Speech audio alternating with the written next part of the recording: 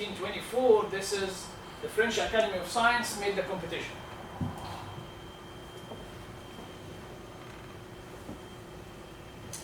And the Cartesians won the competition, not Leibniz followers. Again, just for the historical record, 1687, this was Principia. It's very independent, right? Also, remember last time 16 was what? 96, I guess. This was, anybody remembers from last time? Of course not. Brachistochrone, the paper by Johann Bernoulli on the Brachistochrone problem. It doesn't have calculus of variation, but this led to the spawn of calculus of variation later on. It's indeed a calculus of variation problem. They solved it in a very brilliant way, not using calculus of variation, but this was the very first serious problem calculus of variation and led Euler to develop the science later on. Again, for the historical record, 1736 was Euler's actually book on mechanics, Euler's Mechanica. Which, by the way, if you go and read, particularly in fluid mechanics, it's as if you're reading a book of contemporary book of nowadays. It's the exact same thing. The fluid element P plus dP, fluid element of dx. It's exactly the same way of writing, which means that we did not have anything from the time of Euler, which is impressive. Anyway, so this is just the background, the serious stuff from Bourtois, a French scientist and philosopher and metaphysician, among many other things. In this paper, he derived the following relation. So what is this relation? He said, if I have some particles, they all gravitate. Every particle is subject to some force, Fi, where all these Fi's, some amplitude, and they are proportional to the distance to the power n, the distance from whatever, the center of them. Okay? So he said, then equilibrium is such that summation of each force amplitude and R to the n plus 1. What do you think about this quantity? And there is a mass here also. What do you think about this quantity? If the force goes by the radius to the n, what goes by radius to the n plus 1? What quantity? What, this is integration, right? What quantity represents integration of force?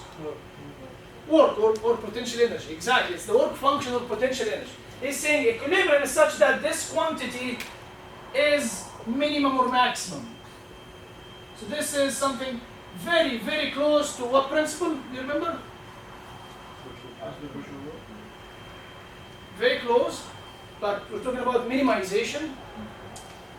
Principle of minimum potential energy, right? We're talking about potential energy, we're minimizing it, and we're assessing equilibrium. This is almost exactly the principle of minimum potential energy. So Bourtois formulated this problem. It's just equilibrium, no dynamics, okay? No dynamics, just equilibrium, but now his mind is thinking about minimization, maximization in dynamics. This is very important connection, because so far they are not that related at all, right? 1744, again Bourtois. So same Bourtois. He wrote this paper. Do I have the title? Yes, I have the title of this paper. The title is provoking. The title says, the agreement between the different laws of nature that had until now seemed incompatible. He's reconciling things. What he's saying? He actually went back to Fermat. You guys are fighting. By the way, all this history are very interesting to see how the scientists were communicating and shouting and yelling at each other to claim victory. So anyway, Bourtois goes back to the work of Fermat and said, yeah, nature may be optimizing things, that's right. But why time? Why nature is minimizing time in particular? Why distance? Why nature is minimizing distance? There must be more fundamental quantity than just time. It's just like a naive thing. Maybe the time here is a special case of a more general principle. Let's think about this more general principle. Okay, now I need to move from this point to that point. And I am exerting action to generate this motion.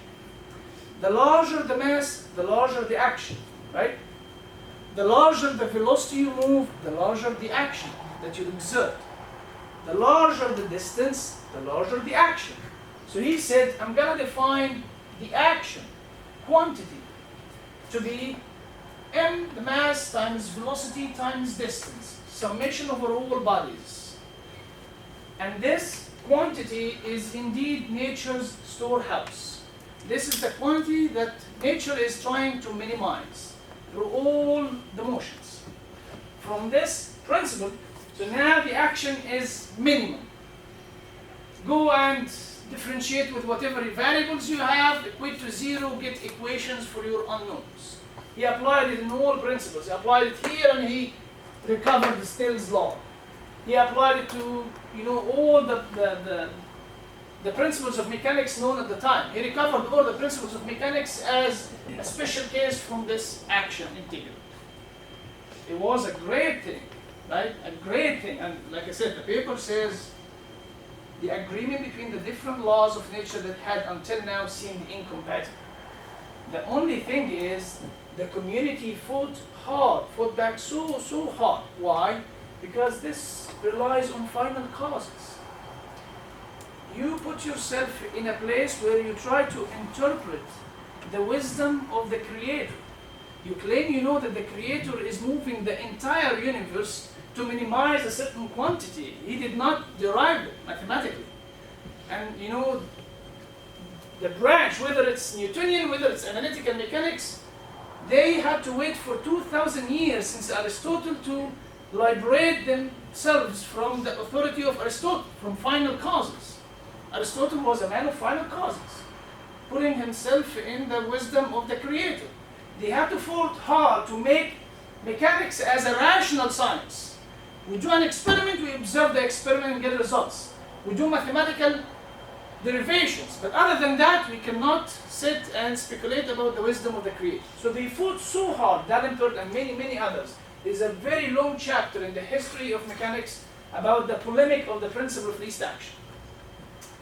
By the way, in the very same year, also 1744, now it's Euler, there is a paper by Euler, in particular Appendix 2 in this paper. Euler says the following. I was studying projectiles. So this is XY plane, okay? Projectile. So in the projectile trajectory, this is y as a function of x, right? Projectile trajectory. He found that this trajectory for projectiles actually makes the following integral, mvds, stationary, minimum or maximum. Okay? This is nothing but the action integral, right? He proved it mathematically. Euler, in the very same year, not actually coming from this principle. He's working on his stuff, and he found that always in any trajectory of a projectile, this quantity is always stationary. And if you think a little bit more on this quantity, this is what? mv. ds, I can have it as, or write it as v dt, right?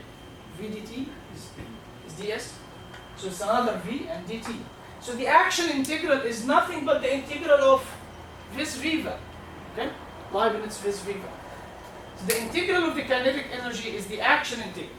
And it seems that it's stationary, minimum or maximum. This guy is claiming minimality to match the wisdom of the Creator. Okay? Any questions so far? Okay. Like I said, at this point, there was a very big fight in the community. They actually accused him of many things. Of course, they accused that this principle is incorrect, but they found that it's correct in all the cases.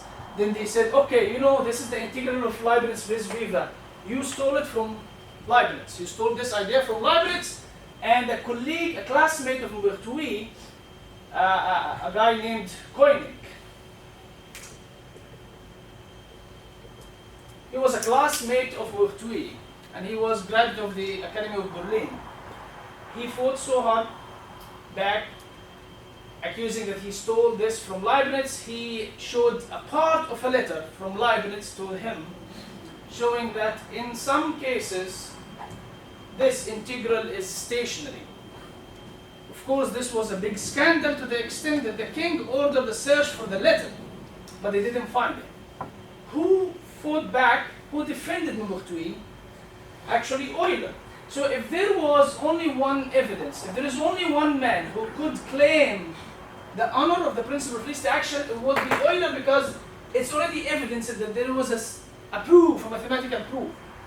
But he said, no, my proof was in a very special case.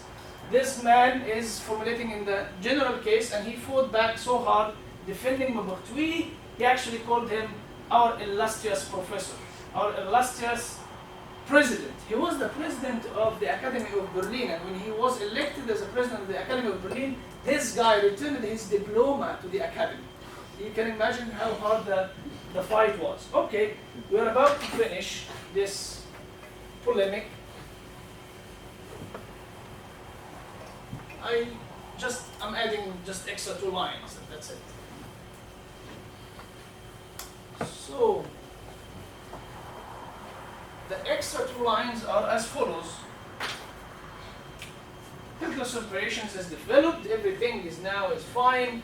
Lagrange came, and he was one of the people who actually rejected Maupertuis. This is Lagrange, and he showed mathematically that it's not only in the special case of projectiles, it's indeed a principle. Any motion can be formulated as the first variation of the action integral, mv ds or mv squared dt. Whatever you want to write it. The first variation is 0, but I don't want to write such that. Anyway, you want to make sure that the energy is conserved.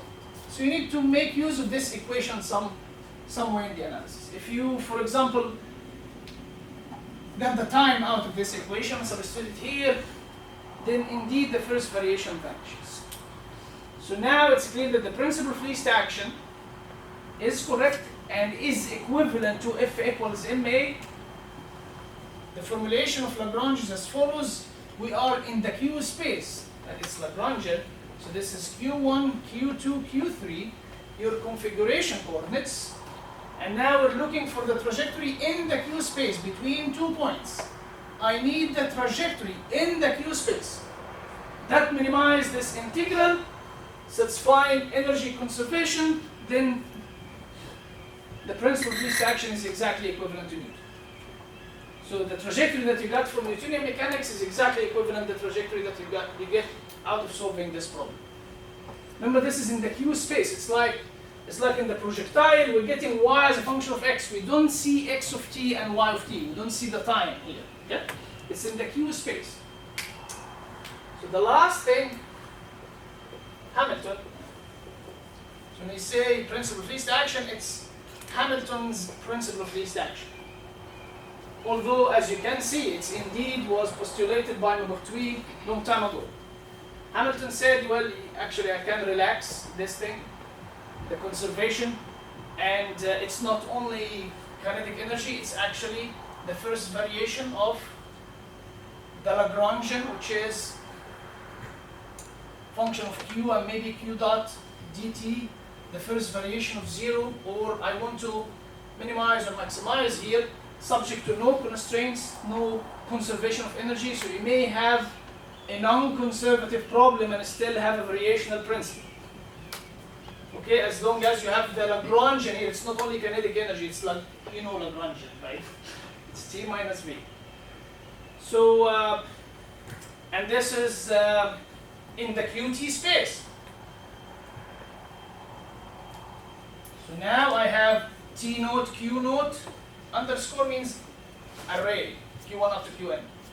So I have T naught, Q naught, I have T1, Q1,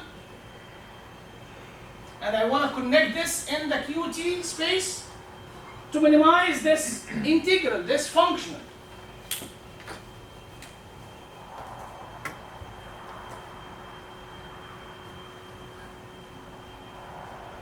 This is the principle of least action. Out of two fixed points, it has to be, if you Google it, this is the statement that you're going to find. Out of two fixed points in the QT space, the trajectory is such that the action integral is stationary. What type of problem is this? What type of problem?